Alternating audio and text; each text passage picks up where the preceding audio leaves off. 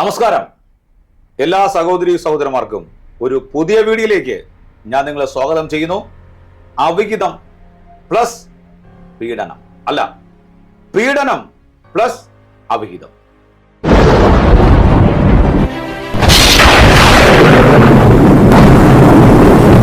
പ്രിയ സഹോദരി സഹോദരന്മാരെ, കഴിഞ്ഞ ദിവസങ്ങൾക്ക് മുമ്പ് പാസ്റ്റർ മകളെ പീഡിപ്പിച്ചുമായി ബന്ധത്തിൽ ആ സഹോദരിയുടെ വീഡിയോ ഓഡിയോ ഞാൻ നമ്മുടെ ചാനലിൽ കിട്ടിയിട്ടുണ്ടായിരുന്നു.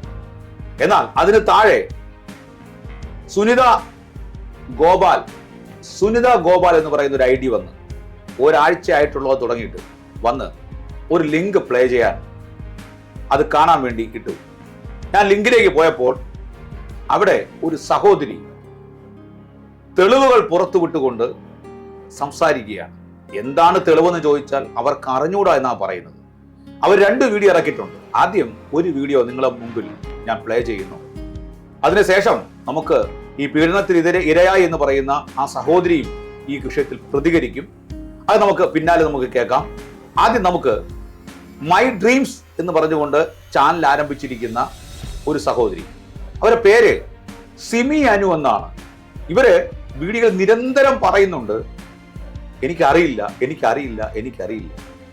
സിമി അനു അറിയില്ലെങ്കിൽ പിന്നെ എന്തിനാണ് വീഡിയോ ഉണ്ടാക്കിയത്?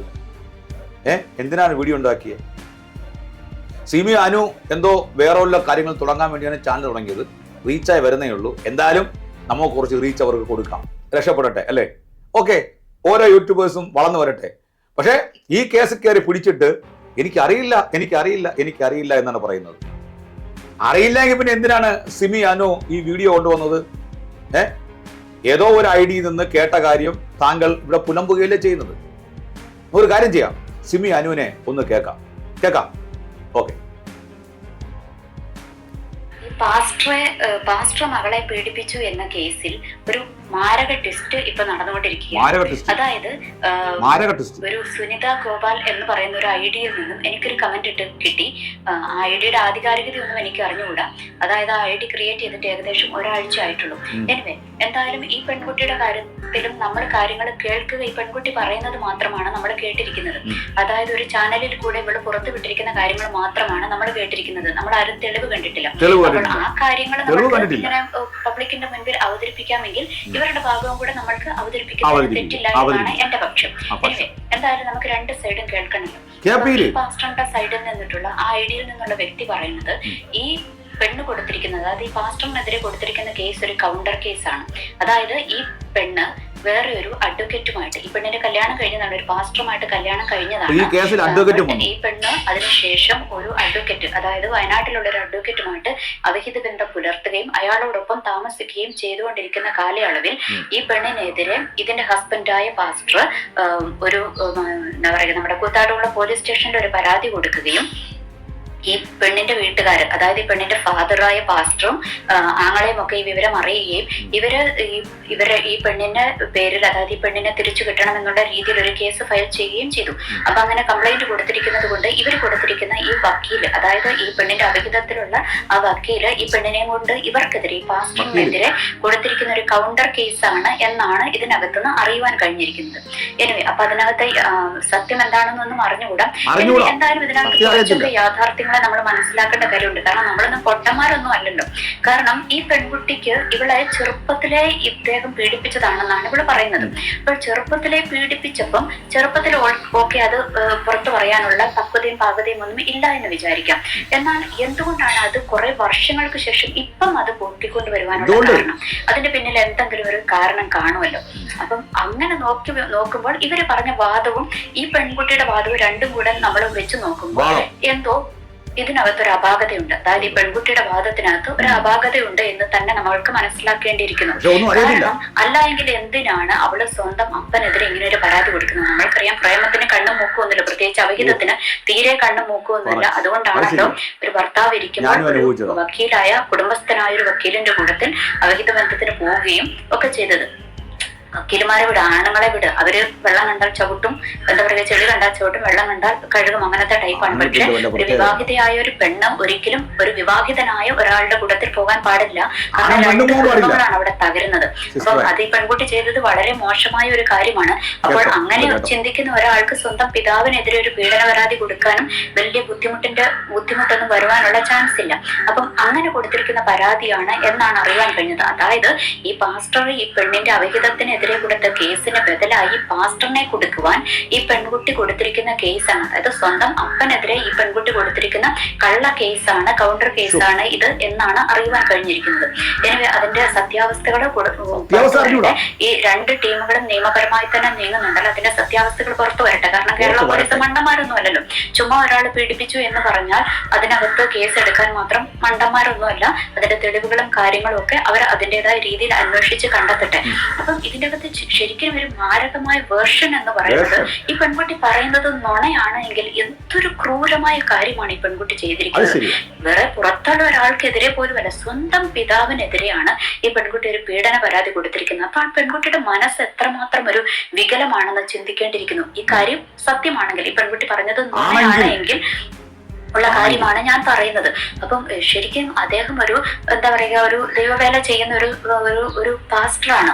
അപ്പോൾ അദ്ദേഹത്തിന്റെ റെപ്യൂട്ടേഷനെ അത് ബാധിക്കും, അദ്ദേഹത്തിന്റെ ഫാമിലി ലൈഫിനെ ബാധിക്കും. അദ്ദേഹത്തിന്റെ ഭാര്യയുണ്ട്, ഈ പെണ്ണിനെ കൂടാതെ ഒരു മകനുമുണ്ട്. അപ്പൊ അദ്ദേഹത്തിന്റെ ജീവിതത്തെ ഒക്കെ വെച്ചിട്ടാണ് ഈ പെൺകുട്ടി ഇങ്ങനെ ഒരു കളി കളിച്ചത്. അപ്പോൾ ഈ പെൺകുട്ടിക്കെതിരെ ഈ പെൺകുട്ടി ഒരു ഓഡിയോ ക്ലിപ്പ് പുറത്തു വിട്ടിരുന്നു. ഈ സഹോദരൻ നിന്നെ മാനസിക രോഗിയാക്കുവാൻ എനിക്ക് ഒരൊറ്റ സെക്കൻഡ് മതി എന്ന് പറയാൻ ഒരു ക്ലിപ്പ് വിട്ടിരുന്നു. ആ ഒരൊറ്റ വാക്ക് മാത്രമേ ഉള്ളൂ. അപ്പൊ അവിടെയും നമ്മൾക്ക് ഡൗട്ടാണ്. കാരണം അതിന്റെ പിന്നിൽ സംസാരിച്ചതോ അതിനുശേഷം സംസാരിച്ചതോ ഒന്നുമില്ല. ഈ ഒരൊറ്റ വാക്ക് മാത്രമേ ഓഡിയോ ക്ലിപ്പായിട്ട് പുറത്തു വിട്ടിരിക്കുന്നുള്ളൂ. അപ്പം അത് നമുക്കൊരു സംശയാസ്പദമായ ഒരു കാര്യമാണ്. ഓക്കെ, ഇനി രണ്ടാമത്തെ കാര്യം, ഈ പെൺകുട്ടിക്ക് എതിരെ ഇങ്ങനൊരു മാനസിക രോഗം, ഈ പെൺകുട്ടി ഇങ്ങനൊരു മാനസിക രോഗ ചികിത്സയ്ക്ക് ഈ പെൺകുട്ടി പോയിരുന്നു എന്നും ഈ പെൺകുട്ടിക്ക് അതിനു വേണ്ടുന്ന പൈസ സഹോദരനോട് ആവശ്യപ്പെട്ടിരുന്നു എന്നും ഈ ഐഡിയിലൂടെ പറയുവാൻ കേൾക്കുവാനിടയായിട്ടുണ്ട്. അതായത് ഈ പെൺകുട്ടി ഈ സഹോദരനെ മാനസിക രോഗ ചികിത്സയ്ക്ക് വേണ്ടിയിട്ടുള്ള കോള് വിളിക്കുന്ന സമയത്തെ റെക്കോർഡ് ഇവരുടെ കയ്യിലുണ്ട് എന്നാണ് പറയുന്നത്. ഓക്കെ, അതൊക്കെ കളക്ട് ചെയ്യാൻ പറ്റുമെങ്കിൽ ഞാൻ കളക്ട് ചെയ്ത് ചാനലിലൂടെ തന്നെ പുറത്തു വിടാം. എന്തായാലും ഇതിനകത്ത് നമ്മൾക്കൊരു ഇത് വേണം. കാരണം ഇതൊരു ശരിക്കും മറ്റുള്ളവരുടെ വിഷയത്തിൽ ഇടപെടേണ്ട ആളൊന്നും അല്ല ഞാൻ അതിനുവേണ്ടി തുടങ്ങിയ ചാനലും അല്ല. പക്ഷെ എനിക്ക് തോന്നുന്നു ഇത് ഇങ്ങനെയാണെങ്കിൽ നമ്മൾ എന്തായാലും ഇതിനകത്ത് ആദ്യം ഒരു വീഡിയോ ഞാൻ ഇട്ടു. അപ്പൊ അതിനകത്ത് എന്തായാലും ഇറങ്ങി തിരിച്ചു. അപ്പൊ ഇതിന്റെ സത്യാവസ്ഥ അറിയണമല്ലോ. അപ്പം അദ്ദേഹം പാസ്റ്റർ അതിനകത്ത് നിരപരാധിയാണെങ്കിൽ തെറ്റ് ചെയ്യാതെ ആ മനുഷ്യൻ ക്രൂശിക്കപ്പെടാൻ പാടില്ല. കാരണം അദ്ദേഹം ഒരു പബ്ലിക്കായിട്ട് നിൽക്കുന്ന ഒരു വ്യക്തിയും കൂടിയാണ്. അപ്പം അതുപോലെ അദ്ദേഹത്തിന് 62 വയസ്സുണ്ടെന്ന് പറഞ്ഞു. ഇത്രയും പ്രായമുള്ള ഒരു മനുഷ്യൻ ഇത്രയും ഒരു ചെയ്യാത്ത തെറ്റിന്റെ പേരിലാണ് ശിക്ഷിക്കപ്പെടുന്നതെങ്കിൽ അത് നമുക്ക് അങ്ങനെ ഒഴിവാക്കാൻ പറ്റുന്ന കാര്യമല്ല. അപ്പം എന്തായാലും അതിന്റെ വീഡിയോകളും ഓഡിയോ ക്ലിപ്പുകൾ കിട്ടുവാണെങ്കിൽ ഞാനത് ഇതിനകത്ത് പബ്ലിക് ചെയ്യാം. ഓക്കെ, അത് അവിടെ നിൽക്കട്ടെ.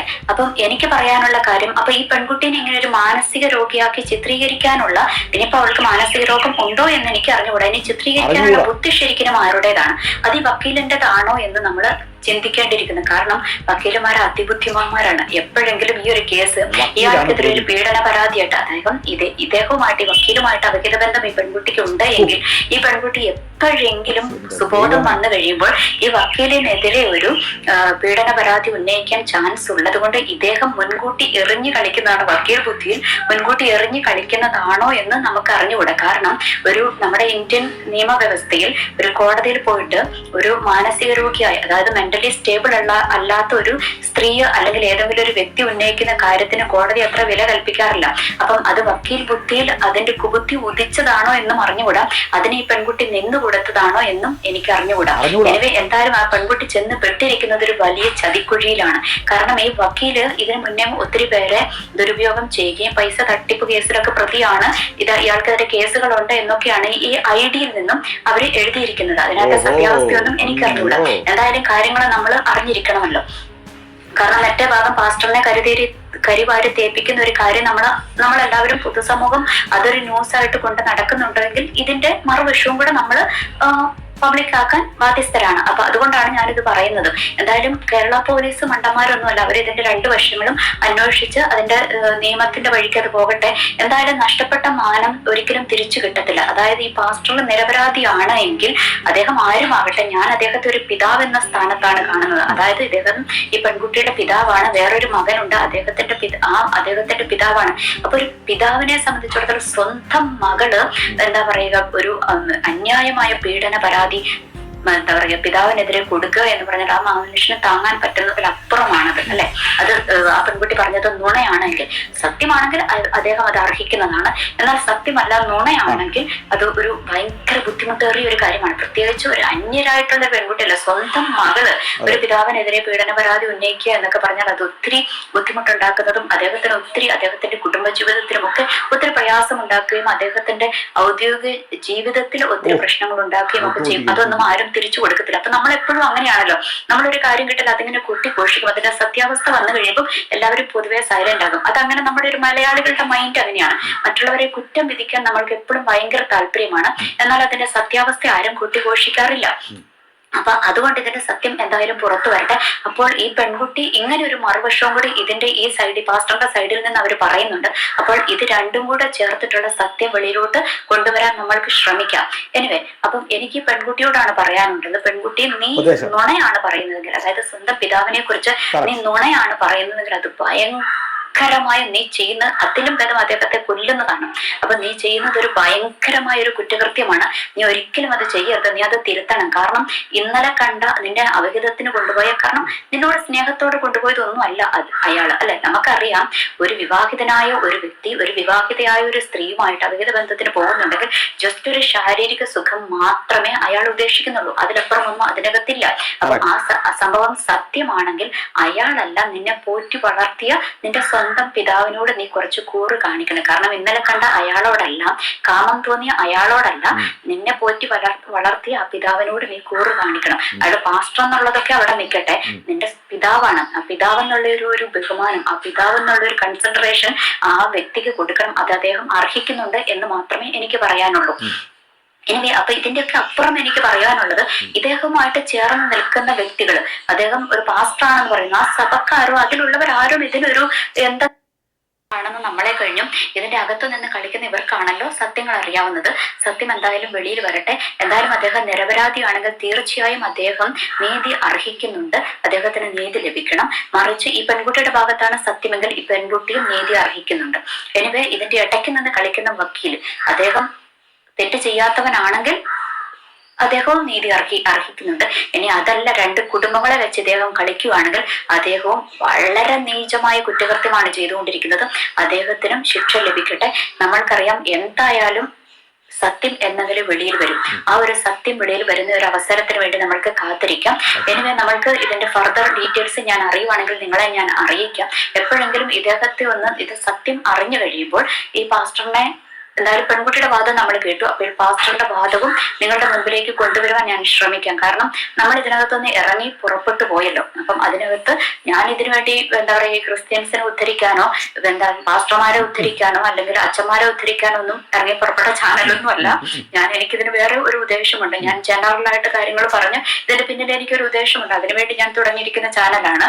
ഓക്കെ, ഞാൻ ഇതിനു വേണ്ടി ഇറങ്ങി തിരിച്ചതല്ല. പക്ഷെ ഞാൻ എന്റെ ചാനലിലൂടെ ഈ ഒരു വാർത്ത പുറത്ത് വിട്ടതുകൊണ്ട്, ഈ ഒരു വാർത്ത ഞാൻ പറയുവാൻ ഇടയായതുകൊണ്ട് എനിക്ക് ഈ ഒരു വിഷയം, കാരണം അദ്ദേഹം തെറ്റുകാരനല്ല എങ്കിൽ സത്യത്തിൽ അദ്ദേഹം നീതി അർഹിക്കുന്നുണ്ട് അല്ലെ. 62 വയസ്സുള്ള വയോധികനായ ഒരു മനുഷ്യൻ നീതി അർഹിക്കുന്നുണ്ട്. അപ്പൊ അതിന്റെ കൂട്ടത്തിൽ നമ്മൾക്ക് നിൽക്കണം. അപ്പൊ ഈ പെൺകുട്ടിയെ നീതി അർഹിക്കുന്നതാണെങ്കിൽ പെൺകുട്ടിക്കും നീതി കിട്ടണം. എനിവേ, അപ്പം എന്റെ ഭാഗത്തുനിന്ന് നമ്മുടെ ഭാഗത്തുനിന്നൊക്കെ നമ്മൾക്ക് ചെയ്യാൻ കൊടുക്കുന്ന സഹായങ്ങൾ നമുക്ക് ഇതിനകത്ത് ചെയ്യാം. എനിവേ, എല്ലാവർക്കും നല്ലൊരു ദിവസം ആശംസിക്കുന്നു. സത്യമേവ ജയതേ. സത്യമേവ ജയതേ. സത്യമേവ ജയതേ എന്ന് പറഞ്ഞ് സിമി പോയിരിക്കുകയാണ്. സിമിയുടെ രണ്ടാമത്തെ വീഡിയോ ഉടനെ പ്ലേ ചെയ്യുന്നതാണ്. ഇവിടെ ഒരു വില്ലനായി മാറുന്നത് ഒരു വക്കീലാണ്. മാത്രമല്ല, ആ പീഡനത്തിനെതിരെയായ സ്ത്രീ പുറത്തു വന്ന് ഈ കാര്യങ്ങൾ സംസാരിച്ച ശേഷം സ്ത്രീക്കെതിരെ മറുവശത്ത് വരുന്ന ഒരു ആരോപണമാണ് വസ്തു സംബന്ധമായി. ഈ വസ്തു സംബന്ധമായൊക്കെ ഇത്തരത്തിൽ ഒരു വക്കീൽ ഇത് പറയാൻ വേണ്ടി കൂട്ടി നിൽക്കുമോ എന്ന് എനിക്കറിയില്ല. നമുക്ക് ആ സഹോദരി തന്നെ ഈ ചാനലിൽ പ്രതികരിക്കും. എന്തായാലും സിമി അനുവിന് ഒരു വക അറിയത്തില്ല. ഏതോ ഒരു ഐ ഡി എന്ന് ആരോ പറഞ്ഞു, അതാണ് എടുത്ത് വിളമ്പിയിരിക്കുന്നത്. ഈ ഐ ഡി ഒരാഴ്ചയായിട്ടുള്ള തുടങ്ങിയിട്ട് ഈ ഐഡിയാണ് എനിക്കൊരു ലിങ്ക് അയച്ചു തന്നത് കേൾക്കാൻ. അതുകൊണ്ട് ഇത് നിങ്ങളെ കേൾപ്പിച്ചു. നമ്മളൊരു കാര്യം ചെയ്യാം, നമുക്ക് നമ്മുടെ പീഡനത്തിന് വിധേയമായ സ്ത്രീയോടും നമുക്ക് സംസാരിക്കാം. അവർ എന്നോട് സംസാരിക്കുമെന്ന് പറഞ്ഞിട്ടുണ്ട്. ഈ വിഷയം നിങ്ങൾ കേൾക്കുക, വിലയിരുത്തുക. അതിനുശേഷം നമുക്ക് ആ പീഡനത്തിന് വിധേയമായ സഹോദരിയോടും നമുക്ക് സംസാരിക്കാം. അതുവരെ ഗോഡ് ബ്ലസ് യു.